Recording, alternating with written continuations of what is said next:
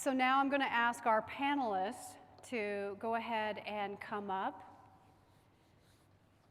Wise women. I got a chance to chat with them earlier. Some brilliant, brilliant women that we're going to be bringing up here. And you'll be able to see their bios. I believe it's in your book. Yep, on page 11, we've got Dion Lacey Artis, Jessica McKenna, and Rashmi Nijikal.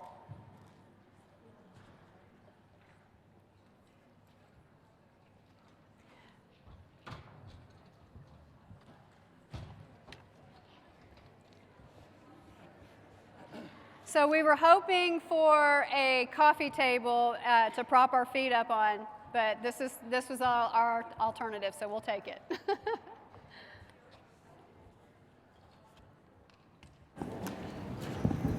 Super bright.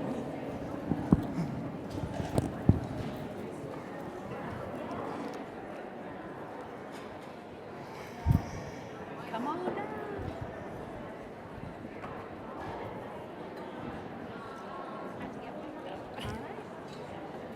Ladies ready? All right, we're going to go ahead and get into the panel.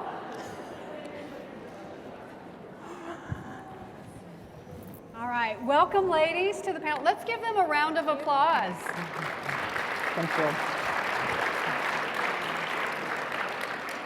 All right. All right, ladies, so first of all, welcome to the panel, and I'm just honored to meet you, and I've enjoyed speaking with you, and I found out some very interesting things about you that I want you to share with the group. So you notice that when I was speaking, I was talking about you're more than your job title. So knowing what I said about that, what would you say is your real title plus your word of importance? You start? Sure, my name is Jessica McKenna. I am a problem solver and a relationship builder. I do that both at work and at home. At work, it might be customer problems, it might be employees that have an issue, or something within our organization that we just don't know how to do. And we really find the solution by building relationships, bringing the right people together, and getting the right solution in place. At home, the problems are, how do I get two kids to two different places at the exact same time? Or how do you deal with tween friendship problems? If anyone has any advice on that. Again, it's building relationships and really trusting the people around me, surrounding myself with people, and really working on that network. My word of importance is trust. I want people to trust that I have their best interest at heart, that I'm going to work hard, and that I am going to do what I say I'm going to do. And in return, I want to trust that they're going to do those things as well.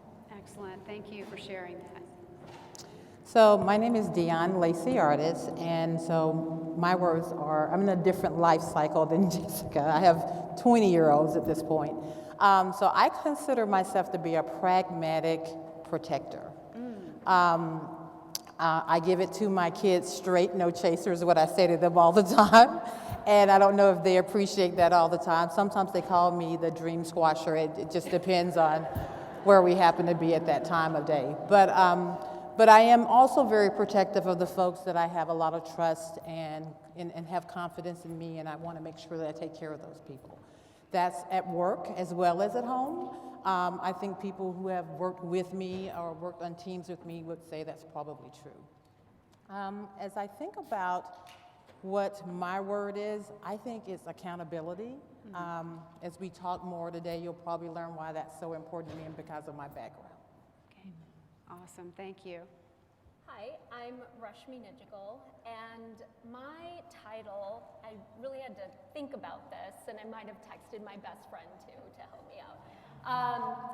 Keeper of the safe space to tell our truth. And where that really came from is when I realized that I knew I was pregnant, but I realized that I was going to have two boys, because I was done after two. I thought to myself, what am I going to do with boys? I have no idea. I had all these thoughts about raising a girl and being a woman in this world. And so I really threw myself into learning about the emotional lives of boys. And I think as I really focused on that, one of the things that's really important to me is that they are allowed to be vulnerable. They're allowed to share their emotions. I grew up in an Indian family, and they were wonderful, but shame is a really big part of our culture, and I do not want to raise my children with shame. So I try and hold that safe space for them, and I do that with my teams as well. They may be a little bit more reluctant to share their emotions or how they're feeling about something with me, but I try and preface it with, I'm a safe person to talk to. And then my word is willingness. And that's really about being open to change, whether it's change that I choose or change that I haven't chosen, but being willing to take that all in. Yeah, I love everything that you ladies are saying. And if you think about what we've gone through over the last couple of years with the pandemic and just so much turmoil, it has forced us to face our vulnerabilities. And I love the fact that it's, you know, for you all, it's just becoming a part of who you are now. I mean, you're actually evolving. All of us are shifting and changing because of the pandemic. And what I see from people is that they are becoming a lot more vulnerable and more willing to come back to their authentic roots. Yeah. All right, so our next question is about courage. And I like to say that executive presence is activated by a small act of courage. What small act of courage have you activated in your career or life? Would you like to go first? Sure. For me, it was really leaving an organization that I was extremely comfortable with and moving to a new organization. I started my career at a large workers' compensation carrier shortly after college, moved through a variety of roles, and found one that I loved. And I was good at it, and it got to be easy. And while I had the desire to do more things and go into a leadership position, based on my location, it was made abundantly clear that that was not going to be a possibility unless I relocated. And so I got comfortable. And I thought, this is just what I'm gonna do. It's gonna be easy. And while I still wanted to learn and grow, I was too scared to look anywhere else. And I was happy, so why should I look? Luckily, my network came to the rescue, and I had a former boss who had moved positions and had asked me to come on board and be one of her leaders. And I was scared, and without her, I don't know if I would have done it at the time. But I am so thankful that I did. In the 3 years that I've been with CNA, my career has grown by leaps and bounds. I feel fulfilled. I am learning new things every day. I'm doing things that I didn't think I could do. I'm a little bit stressed, but it's all good, and I've really, really appreciated it. And so if I could encourage anybody or look back, make that leap. It's scary, but I really wish I would have done it without needing somebody to pull me along. Yeah, good. Thank you for sharing that. Dion. I think for me, courage is really about, getting out of your comfort zone, right? And so, for me, in my past life, I've moved from group health to workers' comp. And so that, for me, was a little bit different because I've worked probably for the first 10 years of my career on that side of the world. But one of the things that I tried to do as I was moving into that new direction is, similarly to you, Jess, just reaching out to people who were a part of my network or people that I thought were a part of my tribe, so to speak, who could really instill in me that confidence to be able to do that. I come from a family where I was always taught that there was nothing I could not do, and there was supreme confidence in that, but you don't always feel that way deep down inside, particularly as you're trying to track to something that's really, really new for you. So what I would say, ultimately, as I was making that move, and people in this room will understand this, I was moving from group health to workers' comp, and so the first thing I was told when I got to workers' comp was, group health is not workers' comp, so you need to understand that first of all. And so I was like, okay, I got that piece. And then the other piece of that is I had to manage nurses, and I was not a clinical person, so I'm not a nurse. And so having the courage to try to learn something new, to push myself out there was really difficult, but I had a great group of people who were great supporters who really helped talk me through that process as well. Fantastic, thank you. Yeah, I mean, I think about this really pivotal decision. I think Jessica and Dion were talking about similar things about making this change in our career. So I am a lawyer. I am general counsel at Paradigm, and prior to joining Paradigm, I had been at a firm. I was litigating, and it was too much for me. I was pregnant, and I decided, much to my husband's delight, that I was going to leave my job in November of 2008, a month after the market crashed and the recession. And after I had had my 5 or 6 months with my son and my toddler, you know, I was ready to get back into work. And I went around and talked to former partners that I had worked with at other firms. And they all told me, go back to the firm I was at and get your job back. Ask for your job back. And all I could think of was how miserable it made me.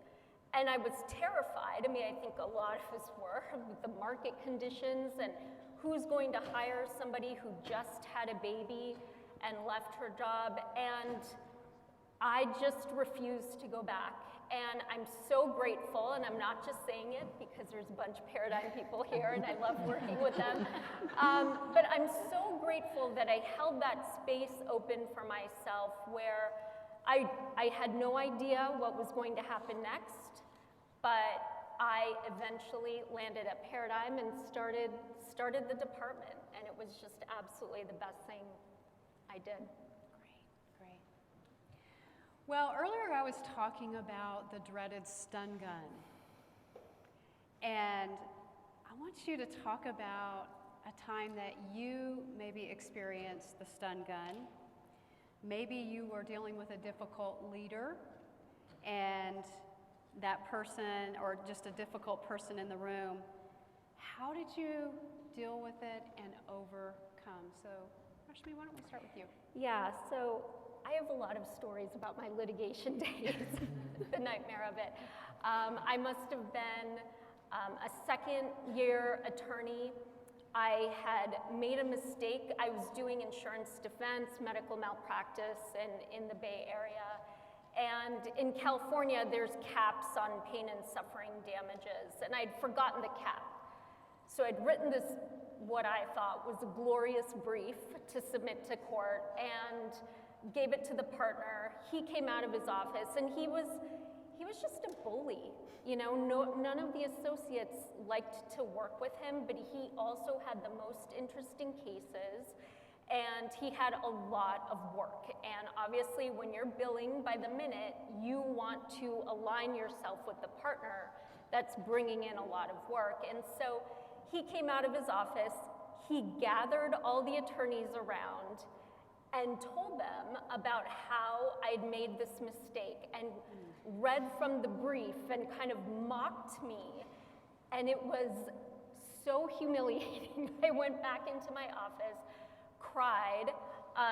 None of the other attorneys, by the way, came to kind of comfort me or encourage me, and I think it's a testament to, not a testament, it's actually a critique on this culture that is prevalent in litigation, I'm sure in lots of other areas of business as well, where it's a very competitive environment, but the administrative assistants liked me, and they came in and said, go back in there and stand up for yourself. Don't let him treat you like this. And that's exactly what I did. I went in, I said sarcastically, thanks so much for pointing out my mistake to everybody. And he just kind of looked at me and said, well, you're never going to forget that cap. And I said, yeah, that's true, but I don't learn through humiliation. I learn because you are going to teach me. And if you're not going to teach me, I'm out of here. Yeah. I'm going somewhere else. And I was the only associate, me and this senior counsel who was awful, but anyway, that he wanted to work with. And he just, to his credit, he respected people who pushed back on him. Very good. Dion. So names shall be changed to protect the innocent. But once upon a time, I was driving from Chattanooga. I live in Atlanta, Georgia, so I was driving from Chattanooga to Atlanta. I was talking to a customer, a really, really important customer to our industry. And we were making a change in who was going to service their account. And this customer was known to be somewhat of a bully. And, but I thought, this will be a good call. We're giving them someone who's great. We'll be there to back them up. And so I gave them the information. And if you're driving between Nashville and Atlanta, what you'll see is that there's these mountains you go over and you lose the signal. So I thought, when the phone hung up, I thought for sure that it was just a bad connection. And so, so I said, bad connection. So I called back immediately, and I said, oh my God, we got disconnected, and you know, I'm not sure what happened. And they said, oh no, we didn't get disconnected. I was done with the conversation. And this is a customer that I really needed to work with, but I also thought that if I didn't stand up for myself and for my organization, that you know, we were going to have a really difficult time working with him going forward. So I said, you know, and I pulled the Southern thing because it always works, guys. Even if you're not from the South, always use it. And I said, you know, where I'm from, people say goodbye before they hang up. And it's important that we have a really great professional relationship, but we can't have that if we can't communicate.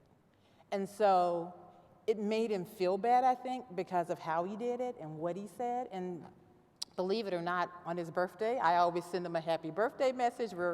We're great friends, but I think we had to build just a place where we could both be respectful of each other. And if I had not have said something, it would never have happened. So I think it's really important, to your point, to stand up for yourself. And standing up for yourself doesn't mean you have to match people's energy when they're, you know, escalated. It just means that you really have to be really truthful and have a direct conversation with them. Thank you. For me, it was facilitating a file review. Anybody who's been a workers' compensation adjuster has probably sat in the file reviews. I was facilitating a review for the 400th time, but it was a new customer to me, not to our organization, but I thought I knew exactly what I was doing. I walked in, I sat down, everything went really well with the user buyer. We were bantering, everything was great. And then the owner walked in. And the heir left the room. He sat at the head of the table, and he was combative and rude. He questioned everything I said. He questioned everything our claim professionals said. And I'm really there to protect them and facilitate. And so I bit my tongue. I did not fight back at the time. My instinct, and I think a lot of women have this instinct, is to apologize. I didn't. I thanked him at the end, and I walked out. And when we got outside, I found the claim consultant from the broker, who was a trusted advisor, and asked her, what could I have done differently? How could I have made this work out better? And she told me, you know, you couldn't have changed anything. You did what you did, and he just is a bully, like you said. But I hadn't used my resources ahead of time. If I had reached out to her and asked her, how is this gonna go? I would have been more prepared. And so anytime I'm now going to be speaking to a new group of executives or customers, if there is somebody that I trust that has already spoken to them, I pick up the phone and just say, hey, give me a feel for the room. How is this going to work out so that I'm not caught on my heels again? Excellent, excellent. You know, I want to say something about the difference between men and women. I mean, we have obvious differences, but when we think about the way that our brains are wired, women are designed, most women are designed to process from an emotional center in their brain first and then move to the logical part of the brain. It's just brain research. Men are, they start processing decisions and everything from a logical space, and then they start to move toward emotion. And so men have an advantage in that they can cut that off, you know, when they want to. And so that's just the way that we're wired. And I love the fact that we have male allies here supporting this event. It's important for you to be here. And one thing that I want to point out is that we as women sometimes struggle to be authentically women and authentically feminine. So our last question has to do with competition among women. So there are lots of competitive women out there, and they believe that they have to emulate our male colleagues and be tough and aggressive, and they think that that's what they have to do in order to build, you know, credibility and career success. So what do you believe that women can do to improve or advocate for other women in a mindset of authentic executive presence? So Dion, you want to start us off? Yeah, I mean, I think, you know, there's a difference between being an advocate for people and really putting yourself out there too, right, if you're asked. And so, you know, what's important to me personally when I think about my career, I've had women and men who've been great mentors and people who've advocated for me. But what I think was most important is that they reached out too. They saw something that maybe I didn't even see in myself. And I think what happens with women sometimes is we're waiting for someone to say, come, let me be your mentor. And I think we have to reach out more to advocate and to push people and to give them the confidence that they really need to be able to put themselves out there. So rather than wait, you know, what can we do if we're in positions of power? You know, try to find ways to be able to bring people there, help them with the things that maybe they're not even have any recognition with, and make sure that they are, you know, getting the support and not just the mentorship, but also the sponsorship, which I think is really, really important, that when they're not in the room to protect themselves, you're there also making sure that people know all the wonderful things that they do as well. Fantastic. I personally haven't seen much of the competitiveness between women or the aggressiveness, and I think it's thanks to things like this. We've got events like this. We have women that we can rely on. Many of our organizations, mine included, has a Women Impacting Leadership networking group. And so I and my colleagues are not going to a male mentor for advice, and we're not getting all of our information from them and therefore becoming more masculine. We are reaching out to our female mentors, and we're getting a lot of information from them on how to be authentic female leaders. I was just on a call this morning, and one of the women that I respect most in my company had a call, and she had to deliver some tough news. And she is tough, and she is strong, and she was authentically herself in that she let her emotions come out. And so she didn't bawl, but she got a little teary, and she didn't try to hide it. She was authentically who she was, and when we're able to see that, I think it helps everybody. Yeah. Mm-hmm. So, you know, the more that you can look up and ask female mentors, and along with your male counterparts as well, but the female mentors, and then becoming a mentor to females that are rising in the industry, I think is imperative. Yeah, love that. Thank you so much. Yeah, I mean, we talk a lot about authenticity, and I don't mean, just here, but it is definitely something that we read about, hear about, especially with respect to leadership. And I think one of the really important realizations for me with respect to authenticity is that to be authentic, you do have to know yourself. You do have to take that time to really get to know yourself. And I know, for example, I think everybody around me knows that I don't have much of a filter. In fact, when I told my 2 teenage sons that I was coming to be on this panel today, they were like, Mom, just try your best, get your filter out. And you know when teenage boys are telling you to kind of watch what you say, you've got an issue. But I think that has really helped me, because the question always is, well, what is authentic to me? And it can be very easy to be influenced by people you see, as a woman, yes, working with men, and you see, the way they progress in their careers. So then I've spent a lot of time wondering, do I need to do those same things? And as I've gotten to know who I am, what makes me comfortable, what makes me happy, there are certain things that I just won't do. I think it explains why I got out of litigation. I'm just not built that way. Yeah. Thank you so much. You know, I love everything that you ladies are saying. You are wise women. And if I were to sum up a message that just takes everything that you said, it's really simple. It's simple, but it's really hard at the same time. It's about coming back to who you truly are as a human being and being in relationship with others and being vulnerable, but not being afraid to try new things, to advocate for others. It's really about those things.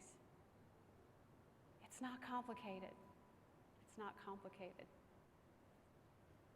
Let's give these ladies a hand as Jessica comes up. Thank you, ladies.